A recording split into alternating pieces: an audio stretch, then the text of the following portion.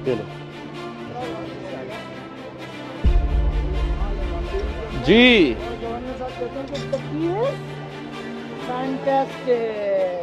T is fantastic. ये तो मजबूर है, लेकिन आप नहीं। देखो पाकिस्तान की ना एक प्रॉब्लम है, वो समझते हैं कि वो इतना बेवकूफ़ देश क्यों है और वो भविष्य में भी ग्रो नहीं कर पाएगा। अब देखो इसको समझने के लिए हम एक एग्जाम्पल का सहारा लेते हैं और थोड़ा सा डाइसेक्ट करते हैं।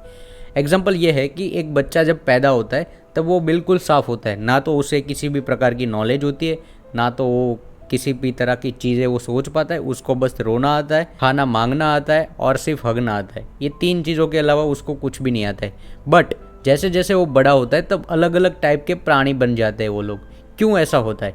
ऐसा इसलिए होता है कि जैसा आप इनपुट दोगे वैसा आउटपुट निकलेगा। ये सिंपल सी चीज़ें होती है इन लाइफ। तो जैसा इनपुट डालोगे वैसा आउटपुट निकलेगा, और इनपुट होता है एजुकेशन। और वो एजुकेशन कहाँ से आता है? वो आता है स्कूल से और किताबों से। तो बच्चा जब थोड़ा सा बड़ा होता है तब उसको स्कूल में डाला जाता है ताकि वो पढ़ सके, नई नई शिक्षा प्राप्त कर सके और एक अच्छा इंसान बन सके।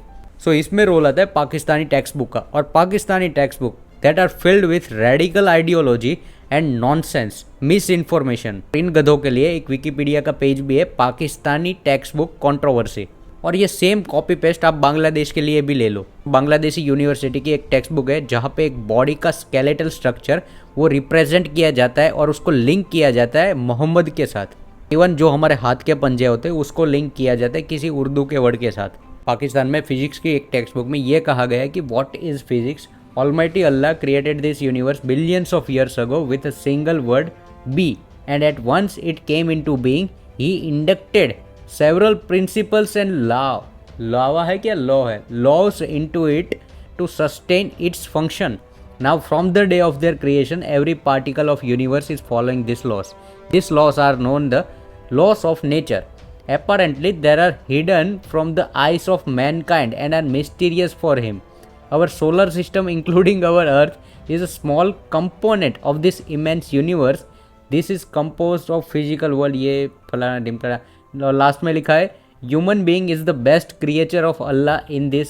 बाकी का देख लो आप अपने हिसाब से। अब देखो इससे होता क्या है? इससे होता ये है कि बचपन से लेके उनके वेन्स में इस्लामिक आइडियोलॉजी को इन्फ्यूज़ किया जाता है और इनको ब्रेन वॉश किया जाता है, ताकि एक इंसान या फिर आदमी दो तरफा नहीं सोच पाता, वो सिर्फ एक ही तरफा सोच पाता है। ये लोग बड़े होके मेंढक के कुएं हो जाते हैं, वो मान ही नहीं सकते कि इसके अलावा भी कोई दुनिया होती होगी। ये जो जी एआई है ऐसे करने लगते हैं। धर्म चाहे कोई भी हो, वो जब दिमाग में घुस जाता है ना तब आदमी रेशनली सोच ही नहीं पाता, वो दो तरफा कभी नहीं सोच पाता। उसी दिन उसी वक्त से उसका पतन होना शुरू हो जाता है, यानी कि डाउनफॉल। अब ऐसी पढ़ाई करके वो इतने जाहिल हो जाते हैं कि फिर जाके दुबई में कहीं पे मजदूरी करेंगे या फिर पंचर बनाएंगे। मैं इसलिए कहता हूँ कि एजुकेट योर चिल्ड्रन, भले ही 2 रोटी कम खानी पड़े बट उनको ढंग की शिक्षा दो, वरना फिर वो कार्डबोर्ड के रफाल और मिसाइल्स लेके घूमते फिरेंगे जो हमारे यहाँ पे बच्चे 3री या 4थी कक्षा में स्कूल प्रोजेक्ट में बनाया करते हैं। अब देखो कई लोगों के मन में आ रहा होगा कि इसका सॉल्यूशन क्या है। देखो अगर प्रैक्टिकली बताऊँ तो इसका कोई भी सॉल्यूशन नहीं है, क्योंकि इसको एग्जाम्पल से समझते हैं। अगर मान लो इनको जहर दिया गया, अगर किसी को सांप ने काट लिया तो उसको जहर चढ़ गया, तो जहर जब स्टार्टिंग फेज में होता है ना तब उसको बचाया जा सकता है, उसको पट्टी बांध सकते हैं, उसका वैनम निकाल सकते हैं। लेकिन थोड़े टाइम बाद अगर वो जहर पूरे शरीर में फैल जाता है ना, या फिर शरीर के 30 या 40% भी फैल जाता है, तो उसको बचाना नियरली इम्पॉसिबल हो जाता है। तो वही चीज़ है पाकिस्तान के साथ। ये जो रेडिकल आइडियोलॉजी है, ये जो इस्लामिक आइडियोलॉजी है, उनके जो वेन्स में घुसाई गई है बचपन से लेके बड़े होने तक, तो ये चीज़ें है ना जहर की तरह काम करती है। वो सिर्फ मतलब एक टेक्स्ट बुक बदलने से या फिर वो नहीं हो पाएगा। इस प्रोसेस को एक लंबा टाइम लेता है। लाइक अगर आप मानो तो एक पूरी पीढ़ी, लाइक एक पूरी जनरेशन को वाइप आउट करना पड़ता है, फिर जाके ये थोड़ा थोड़ा सा चेंज होता है। सडन चेंज इसीलिए नहीं हो पाता। देखो इसको भी एग्जांपल से समझते हैं। एक जब आप एक बीज डालते हो ज़मीन में, तब एक प्लांट ग्रो होता है, राइट। तो प्लांट ग्रो होता है तो स्टार्टिंग फेज में क्या होता है कि वो इतना मतलब नरम होता है, इतना हार्ड नहीं होता है। तो उसको जिस दिशा में आप मोड़ोगे ना उस दिशा में वो मुड़ जाएगा। तो इसको एक बच्चे के रूप में समझो।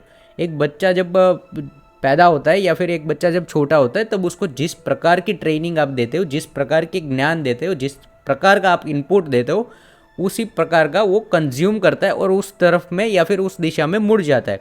और वो जैसे बड़ा होता चला जाता है तब वो प्लांट हार्ड हो जाता है, हार्ड हो जाता है, फिर अगर आप उसको मोड़ने भी गए ना तो टूट जाएगा। तो सेम चीज़ इंसानों के साथ होती है। वो जब बड़े हो जाते हैं एक टाइम के बाद, जैसे कि आप सोचो तो देखो एक बच्चा होता है ना, वो मानेगा आपकी बात, आप अगर उसको बहलाओगे फुसलाओगे वो मानेगा।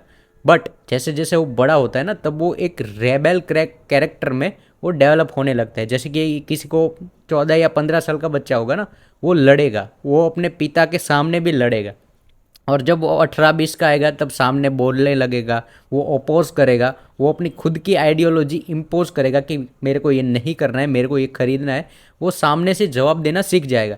तो ये सेम चीज़ें होती है। अगर आप मान लो कि एक इंसान को बदलने जाओ तो वो बदलेगा नहीं, वो सामने से प्रतिशोध देगा। तो उससे क्या होता है कि दोनों के साइड में लाइक अगर दोनों सेम पोल के हो तो रिपेल करेंगे और वहाँ से चिंगारियाँ भड़केगी।